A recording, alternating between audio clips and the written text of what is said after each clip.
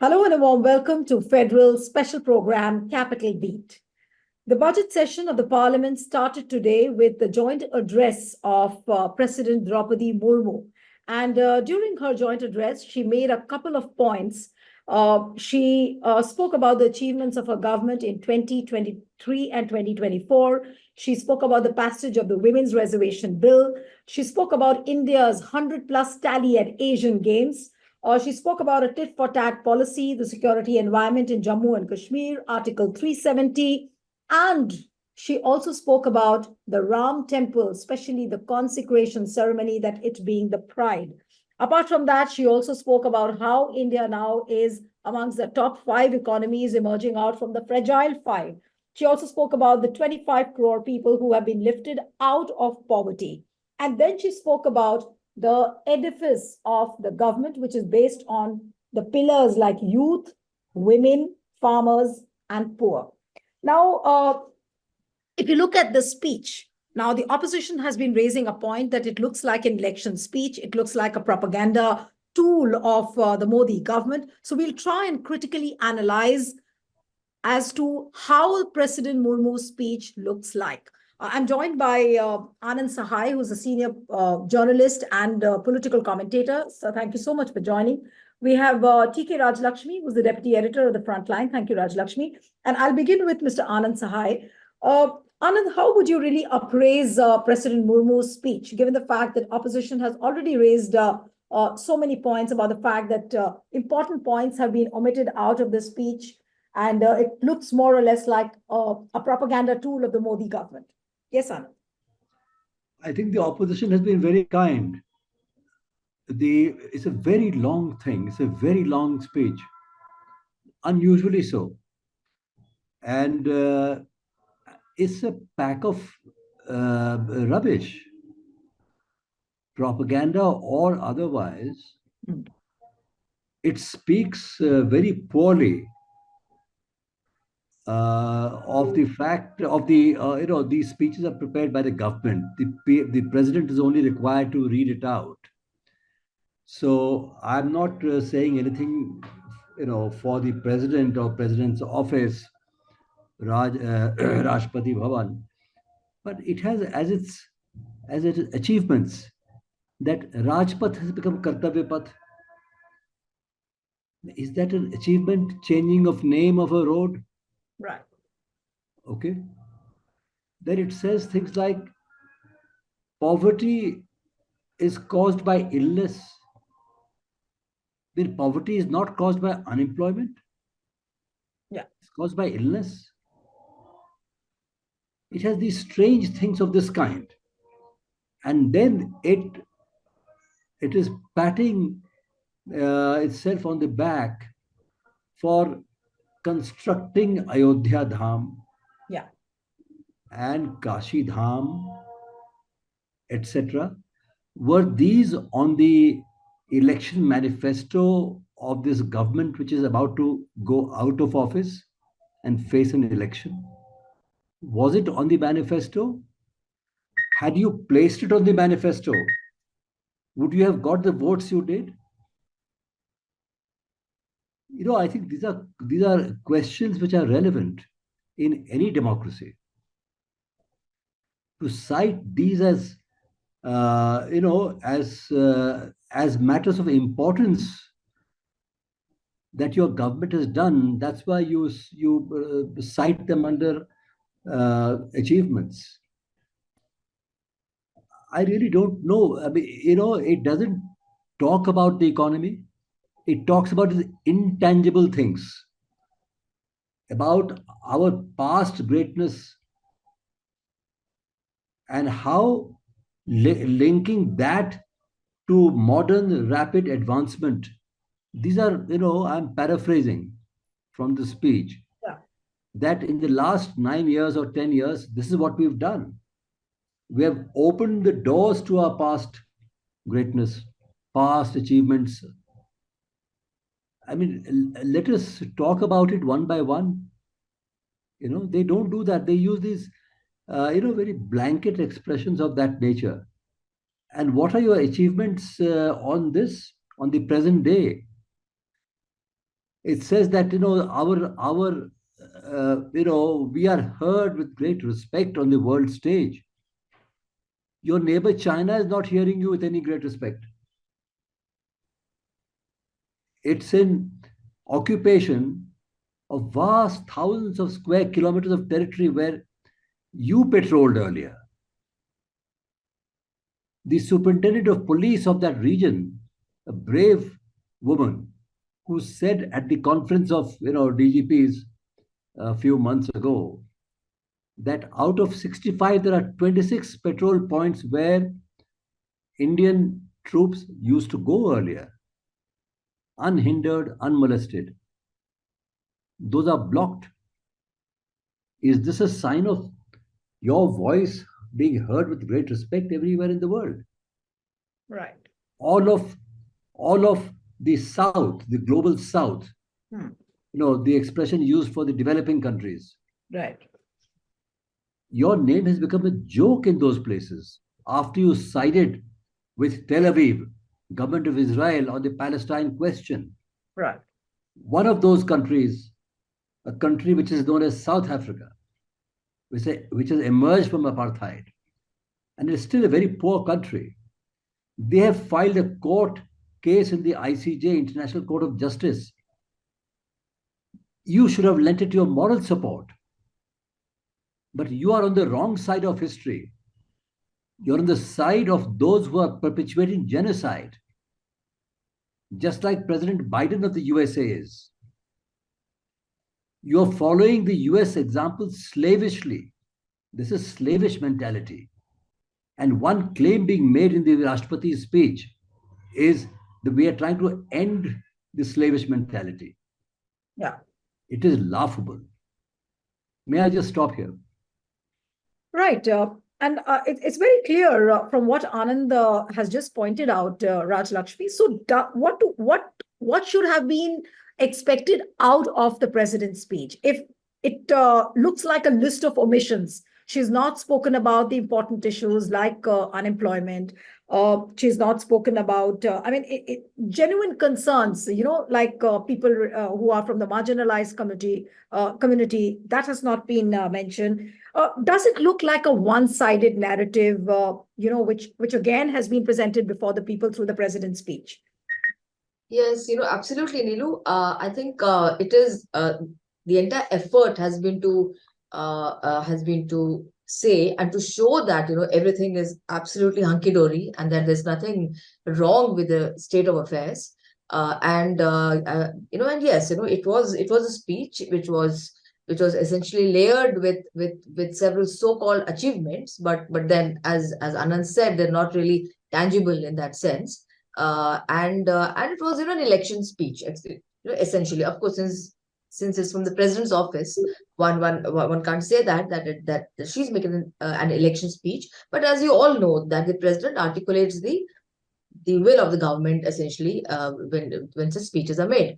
Now I think that it was just a series of wish. It was a wish list essentially. You're talking about a prosperous middle class, right? And then about ending poverty, but without really outlining how are you going to do that. But at least I think there was some admission that there is poverty in this country, which is a big thing, I thought, because all this while this government has been in denial mode, that it has lifted so many people out of multidimensional poverty. She did mention the fact that 25 crore people have been lifted out of poverty. Right. But then the state, at which people are, living, that also has to be examined. For instance, real inflation and etc. Now, this whole thing about diversity, okay, saying that we have made sort of diversity more vivid, etc. But then what about protecting the diversity that exists in this country? The attacks on that syncretic diversity, that takes place almost every day in some form or the other, right? Then this whole thing about India's, every Indian's confidence being at its peak. I do not know. How do you ensure that confidence comes, without ensuring regular employment, without ensuring that people get decent wages, and that every Indian's living condition improves such that the government need not give doles out. You see, those are the things that an aspiring India should, that an India should aspire for in 2047, because they're saying 100 years, we are going to, sort of reach, sort of 100 years of India's independence in 2047, and all these strides, are going to be made. But then the stepping stones for the strides are not really being laid, right? Then there was this other thing about, that India is committed to sort of removing every obstacle faced by women. I mean, how about taking some action against Bhushan Sharan Singh? I mean, he's the biggest obstacle as of now. I mean, so sitting in parliament, and this whole thing about preserving heritage. Now again, heritage of a certain selective kind only, uh, was mentioned. So it completely contradicts the earlier part about preserving or promoting, diversity in its vividness. You see, when you're talking only about one heritage, which reflects, the majority population's symbols of heritage, you're clearly not talking about, diversity at all, right? And this whole thing about, I mean, poverty been caused by illness, and how so much has been done for Ayushman Bharat, the PM's the scheme, Ayushman Bharat is insurance, health insurance, right? But it's a fact that out of pocket expenditure in India continues to be one of the highest in the world, right? And so all these evocations also, to Basava, and then the Odia poet. Now you are appealing to the Lingayats, and a Shaivite reformer, social reformer. So it says, okay, we're not only about Ram, but we're also about Shiva. Okay. Right. And so all these things were quite calculated. I mean, it was quite a One thing, I'll come back to you, Yeah, Rajni. One thing which really stuck out, and it really clicked my mind, Anand, was that, she also said it in her speech that, there's a long felt urge to be rid of the scourge of mega scams and corruption in government schemes is now being realized. And today it struck me more because you have a Transparency International's corruption perception index report, which says that India has gone up, as far as the corruption index is concerned. Now, how about claims like that? They look like a very contrasting picture altogether. Nilu, you say absurd things. You do absurd things when there is much to conceal. Now, every Indian adult will laugh up his sleeve or up her sleeve when she hears that corruption has gone down, it has improved. What was all that 2,000 rupee note standing in the line all about? With the help of SBI managers, the many influential people linked to those who are in authority, converting their money, 2,000 notes, into cooperative banks across the country, and they're quickly buying land. Massive corruption. I'm waiting for the day when an ordinary citizen like me will demand a white paper from the government of India on this subject, and then let them come out with details of what happened. I would like to know what happened to the famous or infamous so-called Birla diaries, which were coming out 5 years ago. Suddenly there's a clamp on it. So corruption is a laughable matter. But I'm going beyond corruption. A government such as this, a ruling party, here the ruling party is irrelevant. I do not think the BJP is doing all this. I think the party has been taken over by a stalwart individual who controls, along with his Praetorian Guard, which is in the shape of the Enforcement Directorate, the CBI, and other such instruments, the entire machinery of the state. They try to terrorize their opponents, political opponents, just before election. Look at what's going on against chief ministers and former chief ministers right now, as we are left with 6 to 8 weeks to roll into election. And why do you do all this? What are your aims? Your speech, the President of India's speech to both houses of parliament, joint session, is not reflecting the fact that every institution of democracy is being undermined with great thoroughness and care. To the extent, we have now gone to the extent where democracy is a dwindling commodity in this country. When that is so, then what is the rising commodity? The rising commodity is a dictatorship which can soon verge, already it is Bonapartism, it can soon become, it can escalate and take on a much worse form. What did you see only 2 days ago in Chandigarh? Votes that were cast were cancelled by the presiding officer. If in a mayor selection you can do that, what will you do for an election where the prime minister is to be elected, where the new government is to be elected?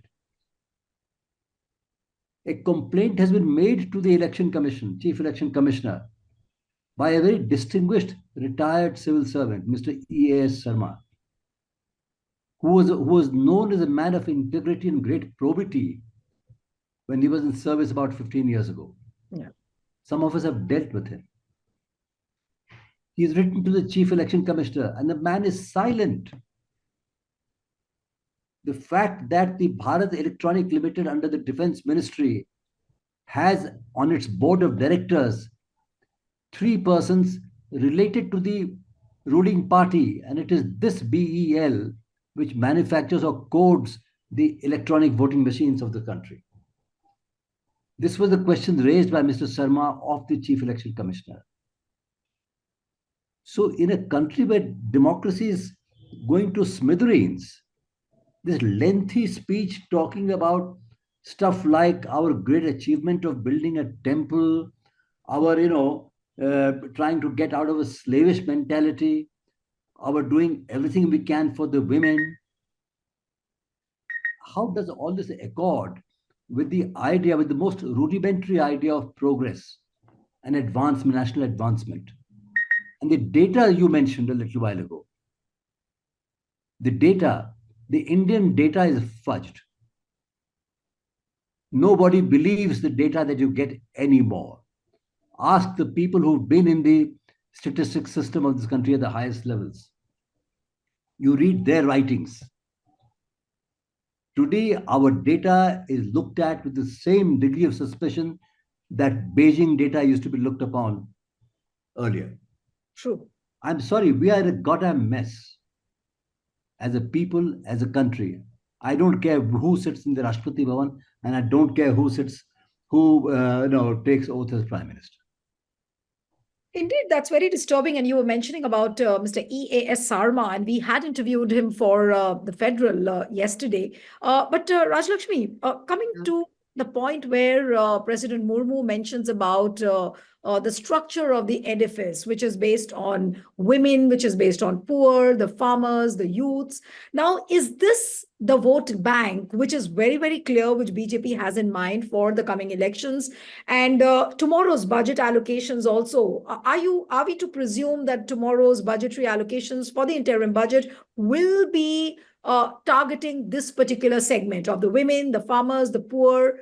So is that the vote bank which they are really looking at? And that has been very clearly spelled out by President Murmu. Nilu, it's a fact that that the government is obviously trying to sort of project what its plans for the elections. And if you recall, it was I think Mr. Modi who had said that there are 4 castes in this country. He was trying to sort of say that actually Varna system does not exist, but there are 4 castes, and he spoke about the poor, he spoke about women, he spoke about the youth and farmers. I think these are the 4 castes. But then if you look at what is done for them, as far as women are concerned, you can only think about Triple Talaq. That's the only thing that is seen as a big achievement.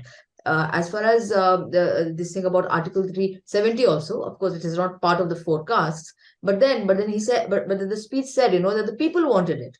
Now, the whole thing was that the state assembly was not even the duly constituted state assembly was dissolved. And when Article 370 was removed, right? So the assembly, which reflects the will of the people, right? It did not have any say over Article 370 at all. So, so to say that the people wanted it, okay, again, that's an obfuscation. Then then this thing about farmers, it has been a long-standing demand by the farmers that the Swaminathan Commission recommendations should be implemented. Now, what the government does, is actually give that 6,000 rupees every year, in the name of the Samman Nidhi, right? And also saying that Kisan cards and all. Everybody knows that those Kisan cards really don't work, and it has and it's further pushed, farmers into high levels, of indebtedness. Right, so all these things are really not, and then the youth, okay, a big component of a country. It was this government which promised some 2 crore jobs that it would generate every year of its term. Now it has not done that. So I think all these constituencies are asking already. I mean, for instance, the youth are asking, where are the jobs? The farmers are asking, where is the Swaminathan Commission's recommendations that you said that you will implement, once you're re-elected. So this was said in 2014, it was said in 2019, and I'm fully confident they would again say it in 2024, and in 2024 also, right? While it's the same government which actually gave an affidavit in the Supreme Court saying that it cannot implement the Swaminathan Commission's recommendations. And after that, it sort of evolved on this cheaper way of ameliorating the farming community by giving them 6,000 rupees a year, which is nothing, which is a pittance, which everybody knows, right? When compared to the input costs that have gone up. Now, so I think these core constituencies and issues have not been addressed in the speech at all. Like, for instance, concretely, you can't keep on talking about triple talaq. How many times are you going to talk about triple talaq? And even there is a huge debate, whether it's really sort of benefited the community or not by sending the men to jail. One little clarification, which I wanted an sir from you. Normally, the president's speech is actually the joint address speech. Talks about what the government has done in the last 1 year and what they aim for. But this time, if you look at, President Murmu has spoken about the achievements of the government in the last 9 years. And she has specified it not once, but many times. So I'm just wanting to clarify it from you that does the president's speech talk about the achievements of the last 9 years, like what she has done this year? Or does it look like something which is unprecedented this time? You see, the president's speech typically after, taking stock of the major governmental, high points, right, for the year, it would project what's to come. But here, what's happening is that this year it's only an interim budget. Right. Because the elections are coming. Yep. That's why. And the substantive budget would be placed in July, I expect, sometime. Right. So until then, but the way the government has talked about what's gone on in this present year, all that you may expect, even if given a chance, all that you may expect in case the president were to talk about, the future for the rest of the year, it would be a bundle of inanities, generalizations that have no meaning at all. Right. So we should be relieved that we have not been burdened by greater, package of useless things. Thank God the speech ended when it ended. I think the speech writers would have just got tired of just carrying on and on and on, of praising to the skies the great Rajarishi who's sitting on top of the throne. As the cabinet resolution passed recently on January 24 said, 2 days after the inauguration of an unbuilt or half-built temple, which the Shankaracharyas have revolted against. By the way, those Shankaracharyas have been praised that that Adi Shankara, whatever he has said, we are going according to that. Right. Because there's a fear that there may be a backlash somewhere. Right. Right? So look at that resolution. What does it say? That this meeting of the Union Cabinet is a once in 1,000-year meeting. Millennial meeting, the word millennial is used. And we are dhanya, we are, really blessed. We members of the present cabinet. I was waiting to see that they'll go and touch his feet, touch the Baba's feet. They didn't do that. That is the only sign of the dignity of the cabinet system of government being maintained by the ministers not diving for the Baba's feet. Short of that, everything was done. Now, such a system, such a government, you think this will allow any kind of freedom to, the former president of India, I mean, the gentleman who was there just before this, he is now busy pushing files on a government agenda or one country, one election, or some such name. This government is full of all these rhyming things, One loses track of them. One country, one election is a former commission headed by former president of India. Tomorrow you'll make the former president of India the chairman of the Direct Taxes Commission or some such thing. Sports Commission of India. What have we come to? Are we running a democratic institution with a sense of dignity? Or are we trying to throw dust in people's eyes? I'm afraid we are all being nitished, as a new expression has come about. We are all being nitished. Right. In for a ride, betrayed. You used an interesting term, Anand, that we've all been nitished. But one also has to talk about the reactions coming in from the opposition. And Rajalakshmi, the muted response from the opposition on this president's speech speaks a lot. And while I was just looking at the speech of President Murmu, I came across another tweet by Amit Malviya, which of course is not related to President Murmu, but the kind of message which he has sent, because there is a notice which has been served to senior Congress leader Manishankar Iyer and his daughter, because she wrote a post on Lord Ram. And the tweet which says, Amit Malviya has written that this should serve as a message for everyone who think abusing Hindu beliefs is par for the course. The Jangpura Extension Welfare Association in a terse letter have asked Congress leader Manishankar Iyer and his daughter to apologize for defiling the Pran Pratishtha ceremony at Ram Mandir and leave the residential colony. Now, this is something which is very scary, but I would want to ask you about the response of the opposition. It looks like a muted response. If you look at Mr. Kharge's response also, it's not sharp and shrill like it used to be during the UPA times. You remember the BJP of that era, how sharp and how shrill the response was. What is the reason why they've just given reactions like, it's a mere endorsement of Modi, it looks like a election speech, it looks like a propaganda advertisement of PM Modi. Apart from this, Tharoor has said that, there are several omissions, but the response has not been that sharp and shrill, given the fact that this was as a Lok Sabha election year. Why do you think, what was the reason for that? Well, I wouldn't blame them really, because there has to be something substantive in the speech to respond to also. I mean, from that point of view, you have to really look for things, because Right. it's such a inane piece of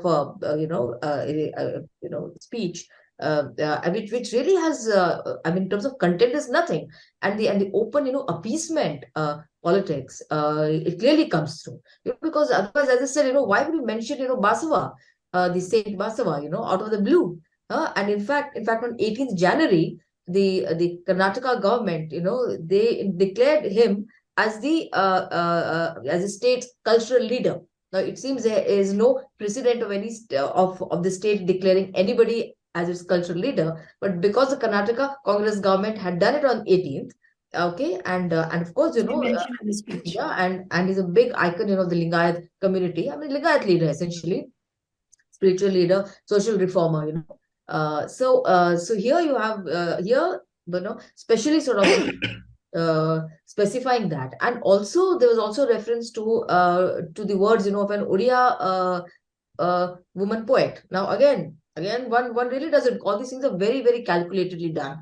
The speech was a very calculated one. The content was obviously just aimed at addressing a certain constituency of the BJP and its associates. So there was actually practically sort of nothing in the speech to which the opposition could have reacted sharply. And this is going to be, I think, vote on account, thing budget. So I don't think any big ticket announcements will be there, but it's quite possible that some tax sops could be given, to the middle class, which the BJP thinks, is its biggest supporter. But it might be in for some surprises, because the kind of price rise and inflation that happened and that is happening, it's not something even the middle class can endure for long. But I think the reactions will come in, I think, tomorrow, Nilu, because I do not think, because there I think will lie the crux.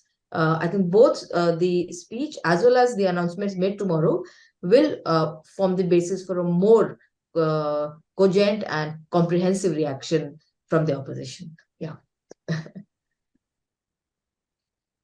So, Anand, one concluding remark before I wind up the show from you, very brief and terse remark from you. Yeah. Well, people are restrained also because it is the President of India speaking. It is not the speech by a leader of the government. So that is one reason for what you're saying. And as we know, this whole speech, as we have all seen, is just full of so-called talking points of the government packaged in such a way that it bypasses the real issues of the people, and it bypasses the fact that this government has two important policies going simultaneously in the domestic field. One is pro not rich, pro ultra rich, and simultaneously with that, anti poor. It is not only pro ultra rich, it is pro ultra rich and pro anti poor. So the Rashtrapati's speech is being made at such a time. So when you've done nothing of substance, then what do? You give Bharat Ratna to a long lost socialist leader, Sri Karpuri Thakur, because you wanted to induce a defection in a certain state.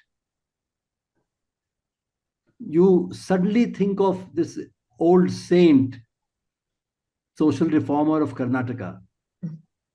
And by the way, that is Basavanna's name is not for the first time. Some years ago, our Prime Minister was visiting London. He visits all these places where the local units of Vishwa Hindu Parishad drum up big support and gather big meetings. And somewhere he'll make a speech about something or the other that is going on, aimed at something happening in India. So Basavanna ji had been endorsed even at that time. Tomorrow you ask people who make those speeches about who Basavanna was. They will not have the first idea. I can assure you of that. Right. So, these are all vacuous expressions. Right. Primarily to hide the fact that you've done so very little Right. for the ordinary people of the country. You have tried to stir people's emotions on the religious basis in order to capture votes. Even then, you're not sure. Yeah. So you resort to EVMs, meaning manipulation. You resort to what you resorted to in Chandigarh. The thing is this, what we saw in Chandigarh is not something very important, not something very small. It is not concerned one election of one mayor of a city. Absolutely. There's something much more than that, and that I think we should all pay attention to. When the ruling classes, when the ruling establishment is unable to rule in the old way, according to the old rules of the game, because it is no longer certain of the mood of the people, then it takes some steps which can take you in a direction which, where Europe traveled back in the 1930s and early 40s. Right. Quite scathing remarks from you there. But yes, of course, it does look like an electoral speech and a lot of omissions there. But again, we'll have to look forward to now what happens. Tomorrow is the budget day, and or what all SOPs will be announced. So we'll have to wait and watch.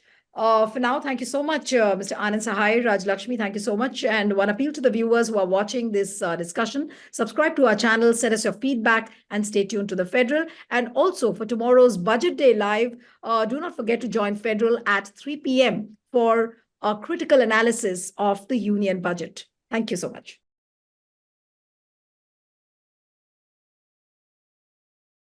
Subscribe to the Federal's YouTube page for more news and updates.